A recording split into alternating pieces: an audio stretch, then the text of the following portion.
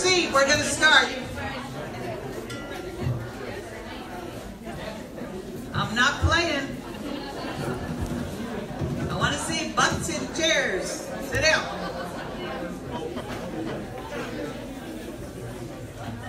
Candidates, get back to the table.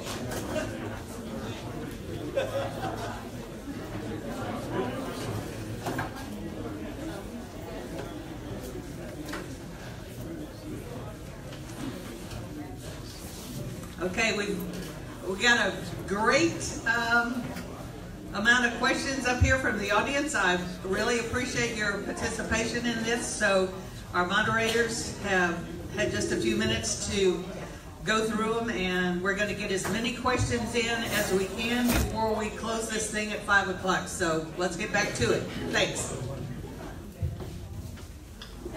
All right. I believe we've got some tough questions over here from the audience. I think this first question will go to James Rhodes.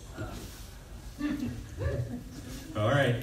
Somebody wants to know, have you ever had any disciplinary action against you, and are you rehireable at all your previous places of employment?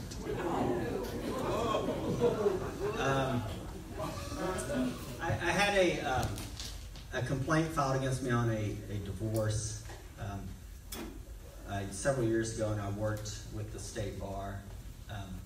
Basically, a young lady wasn't happy that my process server didn't serve process for her divorce fast enough. Of course, her estranged husband was in Michigan, and it was several years ago when we had the polar pig or whatever you call it, and the guy was snowed in. My process server was snowed in for literally 2 to 3 weeks, and she just didn't think I moved fast enough. So, and so I worked with the review board, with the state bar, and then at that point I didn't want to represent the young lady anymore, so I refunded her money. That's really it. Thank you. Mr. Smalley, have you ever had any disciplinary action against you, and are you rehireable at all your previous places of employment? Currently, I hope not, because I work for my dad. If he wants to spank me, I'll let him. Answer to that question is no. I have never had disciplinary, or to the best of my knowledge, a complaint against me anywhere I have been in my work life or professional life that I'm aware of, and I believe I'm rehireable in all previous employment situations in my life. Thanks. Thank you, Mr. Weber. I'm not aware of anything in my past record that would cause that kind of problem. And as far as being rehireable, if the United States Marine Corps wanted me to come back after 36 years right now, our country would be in a heck of a mess. That's unneeded. So, but anyway, not that I'm aware of. Thank you. Ms. Muzny. No disciplinary actions that I'm aware of, and yes, I'm rehireable. Thank you. Okay, we'll move to more of a softball question. And we'll begin with Mr. Smalley. Fayette County owns 2 beautiful historic buildings, the county courthouse and the Fayette County Old Jail. Are you in favor of preserving these buildings, and will you support funding repairs to the leaking roof on the old jail? Yes. You know, actually, there are 12 structures in our county that are on the National Historic Register.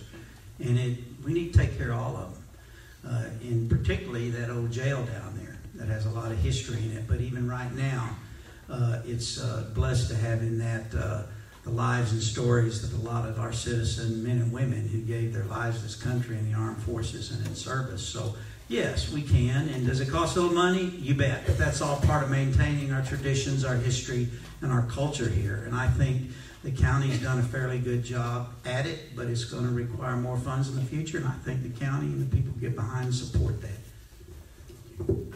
Ms. Muzny.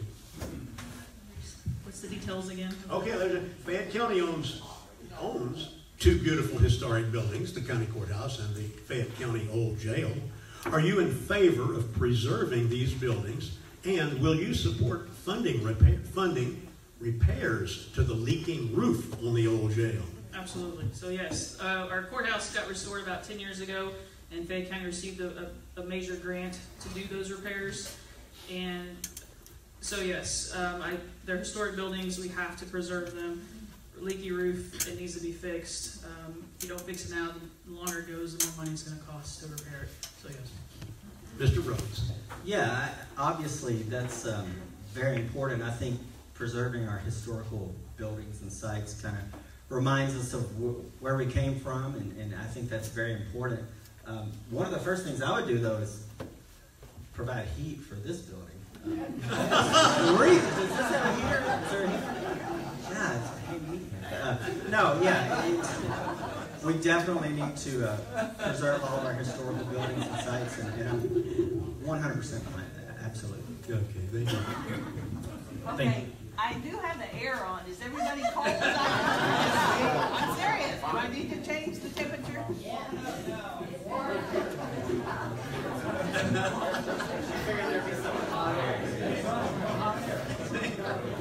All right, as she handles that, our next question will go to Mr. Weber first.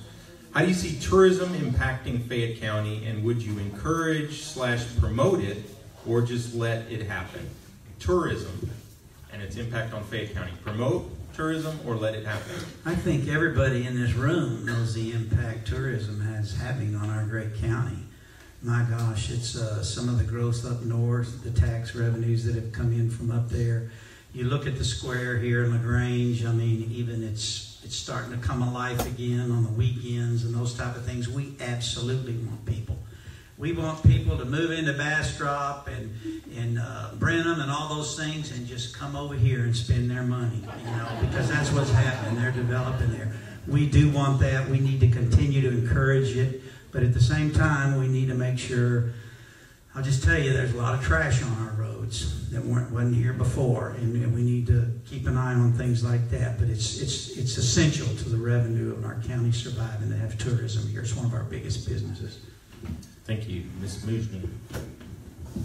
Yes, tourism is very important and very impactful in our economic development here. It also impacts our small businesses as well. We want to keep small businesses around. What I don't, so I think it's a balance on proper management of tourism, right? I don't want to see us turn into a Fredericksburg, as an example, where we get too commercialized, and I don't want to see the trash, you know, on the side of the road either. But I do think it's a balance between the proper amount of tourism. What that is, I don't know. You guys would have to tell us. And I know we do have a tourism committee in the county as well to help with that. So. Thank you. Mr. Rhodes. Yeah, I think tourism is very important. And again, I've heard the saying, you know, we don't want to become a Fredericksburg. I got married in Fredericksburg. I kind of like it. But it is big and it's busy, and we don't want that. But yeah, tourism is vital to our economy and local economy, and I would support that 100%. Thank you. Mr. Smalley. Because of what it does for our local economy, I definitely would be a proponent of tourism should I be elected to county judge. And while I agree with the fact that we don't want to necessarily turn into a Fredericksburg, we want to preserve the traditions of our county. And so we want to avoid being like a Fredericksburg, yes, but we definitely want to promote tourism here because it's great for our economy, and honestly, it allows us to show off our great county. Thank you. Okay. The next one will begin with Ms. Muzny. What are your feelings about the Fayette County Airport? Should the airport be self-sustaining? And if so, how would you do that?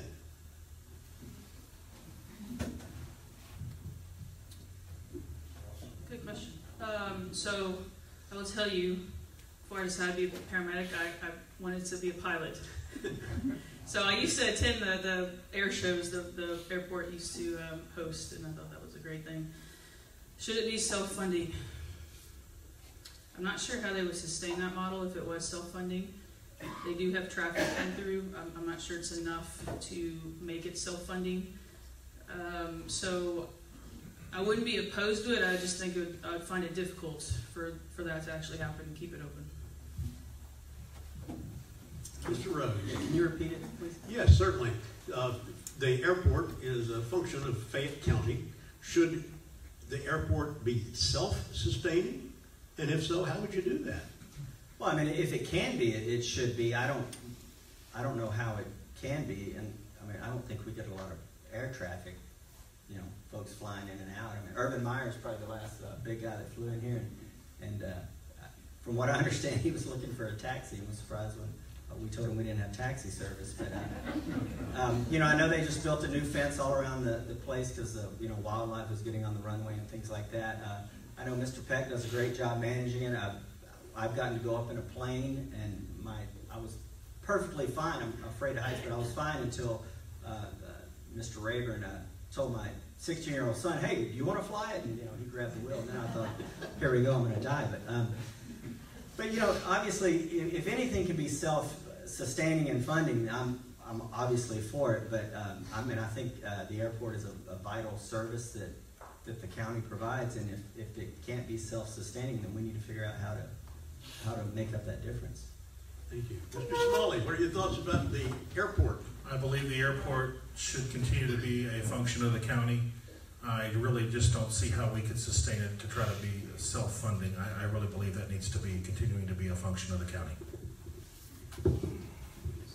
TxDOT has a really the state has a really complex transportation system, and one of those is our general aviation airports. We have more in the state of Texas. I have 250 compared to anybody else in the nation. And what people don't realize is that our general aviation airports are great attraction and drawers to business. And the reason why TxDOT put over $2 million into the Grange airport is looking out at the future. There is a lot of business. These general aviation airports just aren't rich people with their rich little planes having their hobby. There's a lot of business conducted at our general aviation airports. And I think that the county needs to be behind the success of that airport. And eventually, my goal would be sometime in the future, with TxDOT's continuous help, that the business comes in here that utilizes that airport. And it eventually does self-sufficient, because we've got great leadership out there, as everybody knows. And if you haven't been out that airport, you need to go see it. You'd be so proud of it. It's immaculate, it's well manicured, it's squared away. All right, this goes to Mr. Rhodes first. The writer of this question feels like services for senior citizens in Fayette County are lagging behind those in other counties. If elected, what would you do to see that programs and services for the elderly are more readily available in Fayette County? Well, first of all, I'd have to get educated on that. What specific services are a concern? I know we have carts, but I understand that that's a very limited service, just a few days a week, certain times. I talked to a young lady in Schulenburg a month or two ago.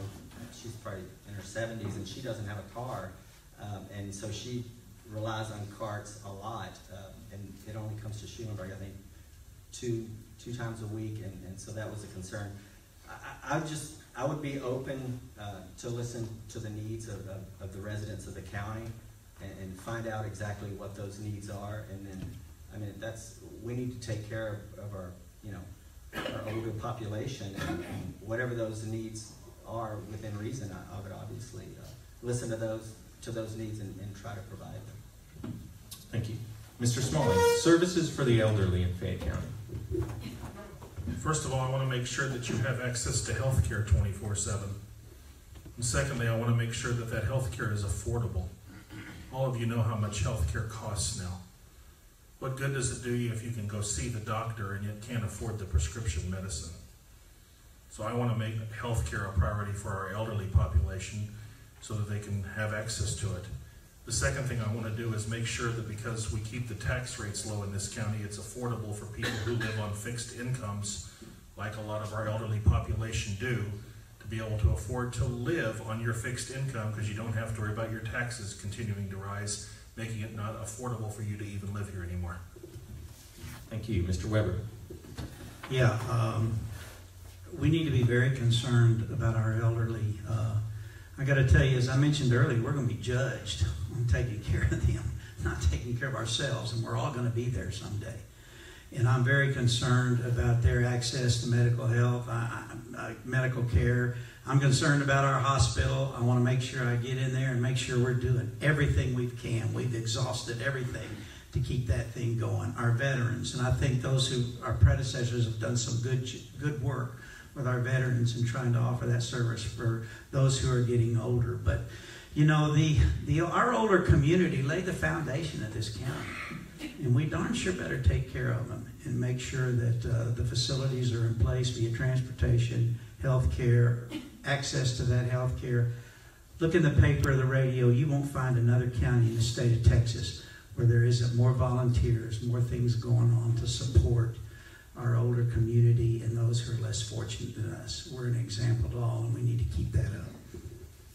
Thank you. Ms. Muzny. I am completely passionate about this question, so thank you to whoever wrote it. I grew up with both my grandmas living in my house when I was young, so I understand how aging works through my job. I understand how it works and the lack of available resources or the resources we have in our community. One of the things I notice most in my job, currently, is transportation is a huge issue for our elderly. Some people just aren't comfortable driving. Like as I mentioned earlier, we have a lot of widows or widowers living in our community who are living by themselves, and they may not drive or rely on a neighbor to drive them to wherever they need to go. So if they can't get to the pharmacy to pick up their prescription in time, that's an issue. It becomes a medical issue. We get called, EMS gets called, and now you see the bills mounting up when it's something that could have been prevented. We also see a lot of folks whose home isn't set up properly to reduce the risk of falls. So our department started a fall prevention program that we actually got an award through the Texas Department of State Health Services for. We were able to get some grants and purchase equipment to install in our residents' homes to reduce the risk of falls. And it's been extremely successful, and some people in this room actually took advantage of that. But the big thing I do see is transportation. We do have carts. They are on a schedule, and that's, yeah. Thank you.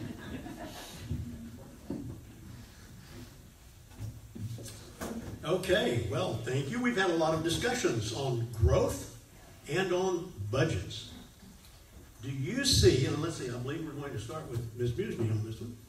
Do you see growth as enough of a I'm sorry. It goes to Mr. Smalley. Mr. Smalley. I've got, you know, this is tough. I've got SM and I've got MS. And so sometimes I get it just a little bit backwards. Mr. Smalley this time. We've talked a lot about budgets and growth. Do you see growth as enough of a priority to formally make it a part of the budget, to structure, for the county to structure, to actively seek business opportunities? As you've heard mentioned today, growth is coming whether we like it or not. So I think almost inevitably growth is going to become part of our permanent budget. But it has to be responsible growth that we can afford. And in order to encourage those businesses to want to come here and encourage younger people from the next generation to want to move here and live here, we've got to have responsible economic growth. We've got to have a responsible fiscal budget. And we have to have low tax rates. So I think it can become part of the budget. So yes, I'm understanding that's going to come anyway because we're going to have growth. But we've got to make our budget able to handle that growth, and therefore it's the county judge's responsibility to have your budget be where we can handle the growth and not have your tax rates soar and other expenses soar. So we've got to be prepared for that growth, and I think it will become part of the permanent budget because growth is inevitable. So I'll work very hard with the county commissioners and all of you in the county to make sure we can handle the growth that is coming our way. Mr. Weber. Yeah, I think that I need to dig in and look at the county's economic development plan and see how extensive it is and who heads that up. I know the city or the Grange has someone doing that, but I think that's going to be so important. And but at the same time, if you think I'm going to come in here and hire an economic developer full-time and a staff of 10 people, that ain't going to happen. You know, I think there's enough great people in this community if we brought somebody in part-time with experience and volunteers, get together, have series of meetings and discussions, find out what the people want and what their expectations are with respect to growth, who we need to lure in here, who we need to go after. I think all that can be done without spending a ton of money on it, because we don't have a ton of money to spend on that.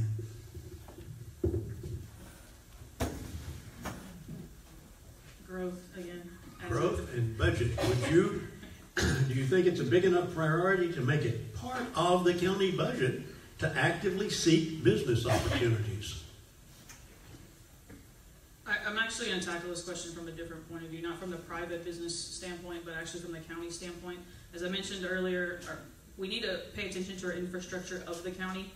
We are, again, the population boom on the northern end of the county. We don't have many resources there. The county does not have many resources there, as I mentioned, police and EMS. And recently, our county tax assessor collector put an office in the Mercantile, Round Top Mercantile, to help get licenses for the northern end of the county. I would like to see some facilities, because we're outgrowing our current facilities in the courthouse and beyond. So potentially an annex for the county. Where that would be located, I don't know. But I would like to see us really focus on infrastructure, potentially acquiring land for future growth of the county, specifically for governmental buildings, without taking away the private sector, but planning for the growth. I don't want us to be in the city of Austin and grow so fast in such a short amount of time and not plan for that and then fall behind. Mr. Rhodes. I think we need slow, sustained growth. I don't know if the county should go out and start spending your money to try to bring businesses in. I mean, I think the way you incentivize businesses to come in is maybe offer some, tax breaks for, a year or two. And also the fact that if we can keep a low tax rate, that'll be incentive enough as well. I just don't think you have to go out and spend a whole bunch of money to try to entice businesses to come here into this county, because, it's a beautiful place to live. We have really good residents, and I think they're hardworking people, and I think that in and of itself is attractive enough. If we need to maybe outsource to vet some of these things or try to attract a little bit of business, then we could do a little bit of that. But I wouldn't spend a lot of money trying to go get it, because I don't think we have to. Okay, thank you. All right, this goes to Mr. Weber first. As county judge, would you be willing to help the LaGrange area disaster recovery team as they move forward in the recovery process here in Fayette County? And if so, what would you do to help in that process? Well, I'm willing to help any group of people, organization, whoever that wants to do good things on our own, where we take care of ourselves, by somebody else getting involved and having to do that. Now, I realize for disaster, I've had a lot of experience with disaster relief. I took a Marine battalion down to Hurricane Andrew for 70 days. I know the FEMA deal. I know the NGO deal. I know all that. I've done it overseas, internationally. I would very much support any organization that gets support from private citizens and organizations to take care of ourselves. The whole thrust being we take care of ourselves. How can the county help? How can the county help and assist that for you to take care of yourselves? And that's what we need to ask. And it's not always just about money. It's about time. It's about organization. It's about people giving what their skills and the resources they have. And I would be very involved in helping any organization coordinate that in our county. Thank you. Mrs. Muzny. I actually was involved in the initial discussions after Hurricane Harvey happened. We were in a room, met several times right here in this building with city and county officials to figure out where we need to go when it comes to recovering from this disaster. This is a 3 to 5 year, if not longer, situation to fully recover from Hurricane Harvey. I was hoping that it would be a more Fayette County-wide disaster recovery team. Unfortunately, it's LaGrange area. So that for future disasters, we'd have the infrastructure set up for countywide. I think the judge has to be involved in these conversations and collaborate with the disaster recovery team that is in place right now. Thank you. Mr. Rhodes. Yeah, one of the roles of the county judge is, emergency management. Obviously, what happened in LaGrange isn't just a LaGrange issue. I mean, LaGrange is part of Fayette County, so it's a county issue. I'd be willing to volunteer time, personnel, equipment, fundraising, just anything we can do to help the residents of the county. And yeah, I mean, I'm all for any organization or committee or anything like that that the purpose is to help others. I mean, how could you not be for that? So, absolutely. Thank you. Mr. Smalley. Absolutely, I support the disaster recovery team, but I'd like to take this discussion one step further. One of my big concerns is in this county right now is those who lost everything, their homes, all of their possessions. We have a real issue right now with a housing shortage. We don't have anywhere to put these people that lost everything. Many people have nowhere to go. So part of what I want to do as county judge is, of course, I want to support the disaster relief team as much as I can. Ladies and gentlemen, we've got to find housing for people. We have a housing shortage, and I want to work with the city officials and the county officials. It's a serious issue that we need to address. Thank you. Okay, we're going to stay kind of on this topic here. Ms. Muzny, you're the next person to answer first. As judge, how would you address the issue of affordable housing needs in our county? How would you, as the judge, address the issue of affordable housing? That's a good question. So the disaster recovery team is actively mitigating that process currently. The General Land Office came out, I believe, a week ago with stating that the federal government is going to send $5 billion with a B, dollars to the Texas areas, counties that were affected by Hurricane Harvey. $4 billion of that is my understanding. The zip code 78945 could potentially qualify for. So if you think $4 billion, not all of it, a portion of that, of course, would come into our county. It would be a huge relief for helping with the housing situation. The other $1 billion could potentially be used towards the county and city mitigating future flood relief efforts. So I think it's going to be interesting the next several months, and this is not going to happen overnight. It's going to be years in the making. That we need to attempt to secure as much money as we can from this money coming down from the federal government. And I would like to hit the ground running with this if I am elected. Thank you. Mr. Rhodes, affordable housing. You know, with any money we're getting from FEMA and you know, the government for relief on this, I think that it's important that we find out where the needs are, who specifically needs relief, and what kind of relief they need, and that we're responsible for that money when we allocate it responsibly and according to need in order to help folks get back on their feet.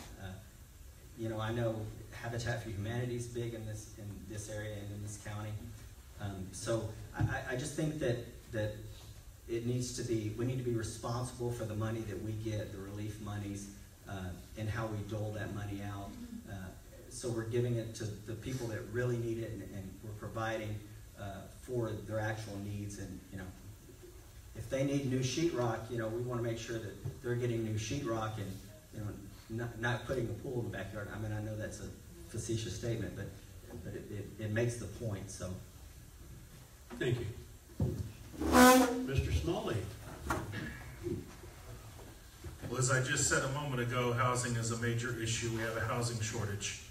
I have already been visiting with many of the city officials and county officials about this issue, and the way I would approach this is, I think to solve our housing issue and the shortage thereof, it needs to be a coordinated effort between the city government and the county government, because the city owns a lot of the land where we need to put housing. So we need to work together to make this, and then once you get the land and you get the housing, then it has to be affordable for people to be able to move in there, especially those who've lost everything and have nothing. So it's a very complicated issue, housing. It's a very serious issue that we need to deal with, and my approach will be have the county and the city work together. Mr. Weber, how would you approach this? Yeah, there are a lot of block grants from the federal government out there that have to do with housing and strings attached in some cases, and then FEMA and a lot of these others want to put money in. But again, I go back to we got to figure out how we take care of ourselves. FEMA and the government, federal government, aren't going to come down here and build housing. And if we had affordable housing for those less fortunate than us, every time we had a disaster, we wouldn't be going through this dance that we continue to go through every couple of years. So I think there are I don't have the answers, but I think there are creative and imaginative ways within this county that we can fund affordable housing for low-income people, be it leases, long-term leases, public-private ventures. I don't know, but I'd like to look into some of that instead of waiting for somebody else to dole all this money out to us. And I think there's some people in this room who could help us with some of that. Worth investigating. All right, this question goes to Mr. Rhodes first. And I did not see Judge Ed in this room, but he seems to have slipped in a question. Judge Ed Janecka had a great record of service. What have you learned from his leadership? Loaded question. You know, I've heard good and bad things about Judge Janecka. I mean, I've practiced in front of him. He's a very fair person. He's liked around the county by obviously a lot of folks. He's been in office for 28 years. He's been very good about preserving the history of the county with you know, redoing the courthouse. And folks, I don't know how many courthouses you guys have been in. Hopefully not a lot, but it's one of the most beautiful courthouses that in the state. I mean, it's absolutely magnificent. He had a big role in that. The painted church is a huge, huge role. So, I mean, I've learned that from Judge Janecka that, I mean, you know, I've heard he goes to HEB every day at 2 o'clock and pushes a buggy through the aisles just to meet people, right? I mean, and that's important. He needs to know the residents of this county, and he provides service to the folks of this county, and he's very big on preserving the historical parts of the county and just preserving the values of this county, and he's done a very good job of that. So that's probably what I've learned most from him. Thank you. Mr. Smalley. What have I learned the most from Judge Janecka? Do I have a minute and a half or 28 years to answer this question? What I've learned from him is how to get along with people, take care of the people of this county. Look what all Judge Janecka has done in the last 28 years that he's been the county judge. A VA clinic, a recycling center, renovation to the courthouse. I could go on and on of all the things that he has done for the better of our county. The neat thing about all that is he had a reason for why he did it. There was a good reason why he decided that we needed certain things and certain services in this county that benefited the people of the county. Not everybody always agreed with the things that were going on, but they at least understood why we were doing them. And I think Judge Ed has done a wonderful job of being able to get along with people and explain to them that when we make changes, or we renovate the courthouse, or we add a VA clinic or a recycling center, there's reasons behind why we do that, and he explained that very well, why it benefits our county. Thank you. Mr. Weber? As the executive officer at TxDOT, Judge Ed was very supportive of me, and we worked on a couple of issues pretty closely. But this man has given 28 years of his life to this county, and he was elected to do that. And Michael mentioned all the great things he's done. You know, how can the foundation that he's laid and those who preceded him. And I think if Judge Ed were here today, he has, because he's not running again, realizes it's time for a change. There's challenging things ahead in the future, but oh, what a foundation he's left us with. And we've got to build on that, whoever the next county judge is. But this man gave his life to our county, and I'm grateful for it. Thank you. Mrs. Muzny? I heard giving his eulogy of he will laugh at that too. He's been my direct supervisor for the last 10 years. I admire his love for the county, his love for the people that live here. He has mentored me. He probably didn't even know he was doing it, but he has mentored me and helped me think and look at things differently in the county and look at ideas and suggestions from all points of views. What they already mentioned, the services he got into this county, provided in the county to better to better help our citizens has been phenomenal. And I do appreciate his traditions that he carries on, and just the general love he has for the county. So. Thank you. Let's see. We're going to begin with Mr. Smalley on this question. The role of county judge is really to be the leader and the visionary for the county. We need to have someone preparing us for future needs. What do you see as the most pressing needs for the future in terms of infrastructure or capital projects in Fayette County? The most pressing needs for future infrastructure or capital projects in the county?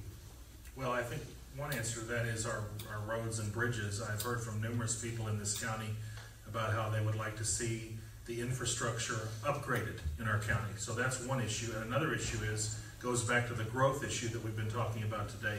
We're going to have growth in the county. So the question is, how are we going to deal with that? How are we going to deal with that growth? And when we talk about capital, that means money. Are we going to have enough money to deal with the growth? Are we going to have a budget that's structured in a way that we can deal with the inevitable growth that's coming to our county? So my priorities are going to be what I have told you today, that in order to prepare us for the growth that's coming, I want to make sure our budget is set up such that we can keep the tax rates low, provide for the essential government services that the county is supposed to provide for you, and make sure that our infrastructure is sound and maintained the way it is supposed to be. Mr. Weber. Yeah, I'm a believer that if something can go wrong, it will go wrong. And we in this county, again, face some challenges, and certainly roads and bridges are important. And that's going to be, it's critical. Also, other infrastructure within the county itself.